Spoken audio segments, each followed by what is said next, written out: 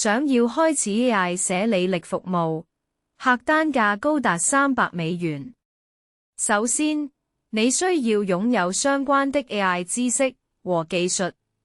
例如自然語言處理和文本生成。接下來，開發一個能夠理解客戶需求並產生高質量履歷的 AI 模型，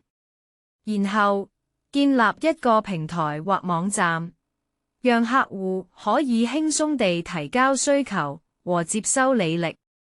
最後，制定一個合理的定價策略和營銷計劃，以吸引客戶並達到每單$300的目標。通過努力和創新，你可以成功地建立一個 AI 寫履歷服務，為客戶提供高質量的履歷，同時獲得可觀的收入。